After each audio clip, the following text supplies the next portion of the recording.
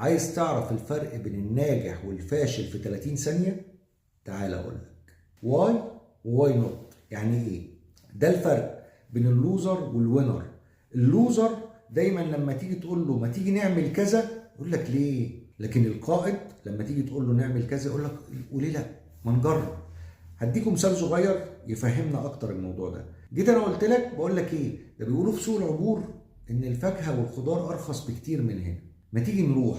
البني ادم الكسول او الفاشل هيقول لك ايه يا عم ده انا لسه هروح سوق العبور واخد مشوار وادفع في الدخول وادفع في الخروج وفي الاخر ممكن يضحك عليا. طب ما انا اجيب من عند الراجل اللي جنبي. ماشي. تعالى بقى اشوف راي القائد بيعمل ايه او الوينر اللي بينتهز الفرصه. طب ما تيجي نشوف. تعالى نروح نشوف. وبص لها وبيبص لها كفرصه ما يمكن تكون ناجحه. لو مش ناجحه اديني اتعلمت ان انا ما اروحش سوق العبور تاني. لكن لو نجحت انا ممكن اطور من الفكره. ممكن اروح لاخواتي اقول لهم يا جماعه طب ما بدل ما نجيب كل واحد طب ما نروح نجيب بالجمله. بدل ما نشتغل بالتجزئه ما نشتغل بالجمله. في الاخر انا خدت اضافه وعرفت معلومه. هو ده الفرق بين الشخص الناجح والشخص الفاشل. اي حاجه بتقف قصادك انا بعديها. واي حاجه ظاهره قصادك هي فرصه. استغل الفرصه. ان اتت رياحك فاغتنمها. عارف الفرق الجوهري بين البياع اللوزر اللي بيقبل الفتافيت وبين البياع الوينر اللي بيشاور على العموله اللي هو عايزها وبيروح ياخدها ايه؟ هو سؤال واحد. واي؟ ليه؟ البياع اللوزر بيقول ليه؟ ليه انا؟ ليه السوق نايم؟ ليه مديري مستقصدني؟ ليه التارجت كبير؟ اما البياع الوينر هو بيقول ليه لا تارجت كبير ليه ما عملوش؟ السوق نايم ليه ما فكرش بره الصندوق وصحيه؟ البيعه صعبه ليه ما اقفلهاش؟ الوينر بيقلب كل حاجه لفرصه. باختصار عشان اديكوا الزتونه، الفرق ان عقليه الواي نوت دي اسمها عقليه انتهاز الفرص، وعقليه الواي دي اسمها عقليه اختلاق الاعذار. فعلشان تتحول من واي لواي نوت لازم ما تبصش تحت رجليك. لازم تعتبر كل حاجه حل مش مشكله. التارجت بالنسبه لك بص له ان هو حل مش ان هو مشكله.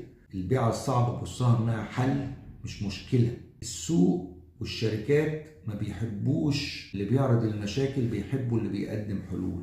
فخليك دايما مع عقليه الواي نوت. هحكي لكم حكايه نتيجه ال 28 سنه اللي فاتت هتوضح قوي النقطه اللي احنا عايزين نوصل لها. في 2003 كان عندي معرض كتاب في قطر، بس ساعتها طبقت استراتيجية خطرة جدا، استراتيجية حرق المراكب. يعني رحت حجزت تذكرة الطيران رايح جاي ومعيش فلوس اقعد بيها هناك. فالطبيعي ان انت بتروح تديهم الباسبور في الفندق ومش هيرجع لك الباسبور غير لما تدفع ايه؟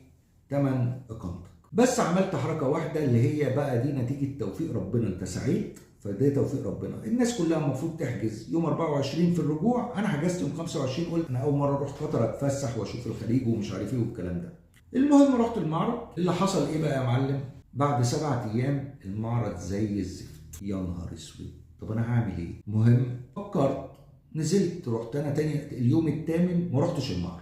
نزلت السوق. الناس اللي كانوا بيجوا لنا بقى في ال7 ايام قابلت كذا حد. المهم جيت عند واحد قلت له يا عم انا ايه هديلك البضاعة اللي عندي كلها. اتفقنا على سعر وقلت له العرض بتاعي ان انت تديني 20% من قيمة البضاعة دي والباقي ادفعه على مدار سنة لفلان اللي هو صديقي هناك في قطر هيتابع معاك الحسابات. يعني انا فكرت في ايه؟ ان اولا انا عايز احل مشكلة الفندق ان انا ارجع ادفع فلوس الفندق. ثانيا انا لو البضاعة دي ما خلصتش وكان معايا بضاعة كتير انا هضطر يا الا ارجعها تاني مصر بفلوس كتيرة يا الا اخزنها عند حد في قطر واخد ايه وادفع عليها تخزين وتقعد سنه من غير حاجه هعمل بيها ايه. انا اعدي له ماضينا العقد. رحت اليوم التاسع كان جنبي في البارتيشن اللي جنبي راجل سعودي جميل قوي. فرحت على طول عليه. ما جيتش ليه امبارح؟ قلت له كان عندي شغل. ايه اخبار المعرض عامل ايه معاك؟ قلت له المعرض زي الفل. فالراجل عارف ان المعرض وحش. قال لي بجد والله؟ قلت له اه والله ده انا خلصت البضاعه كلها بعتها وادي العقد. الراجل بقى ايه عينه لمعت شويه كده وسكت. وانا رحت مكاني وقضينا اليوم. اخر يوم بقى اليوم العاشر الناس كلها عماله بتكرتن في الحاجه وشركات الشحن جايه بتاخد الحاجه وانا بجرد مع الناس اللي جايين ياخدوا ايه البضاعه. فالراجل شايف ان فعلا البضاعه اتباعت. هنا ظهر فين بقى توفيق ربنا. روحت وسكت خالص ومفيش مشكله.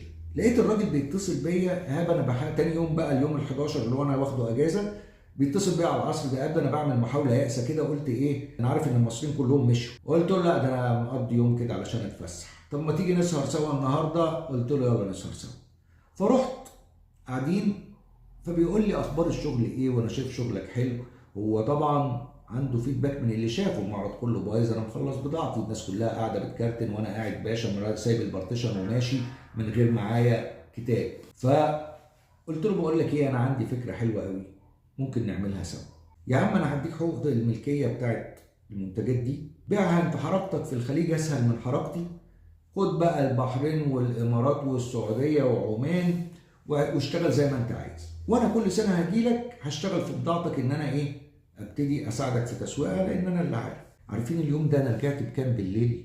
والله العظيم الساعه كانت 12 بالليل، انا راجع ب 15,000 دولار. الديل ده يعتبر من اكتر الديلات اللي انا احترمت نفسي فيها قوي، وان انا حافظها واللي انا فخور بيها، لان الديل ده كمل بعديها حوالي 3 سنين ونقلني من حته لحته. طيب تعالوا بقى نبص للجزء المظلم من الحكايه. في نفس المعرض كان واحد عامل زيي بالظبط، حارق مراكبه وطالع على الابيض، بس ده قعد يعيط: ده انا ليه المعرض باظ؟ ليه اشمعنى انا؟ على حظ انا المعرض يبوظ.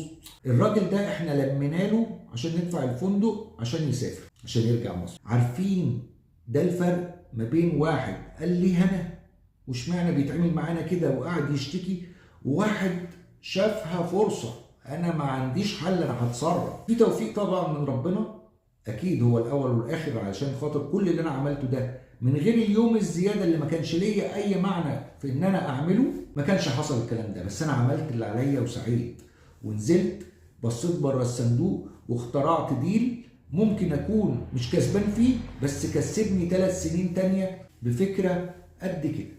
اللي انا عايزه منكم، عايز التعليقات كلها تنفجر واي نوت. اكتب لي واي نوت، اكتبها بنيه الصدقه الجاريه، ان يجي واحد محبط بعد سنه يتفرج على الفيديو يبص على تعليقاتي كلها يلاقيها كلها واي نوت، يقول: طب ليه انا ما اروحش، ما اطلعش ما دام الناس دي كلها عملتها، ليه انا ما اروحش من دور الضحيه لدور المحارب اللي بيقرر مصيره؟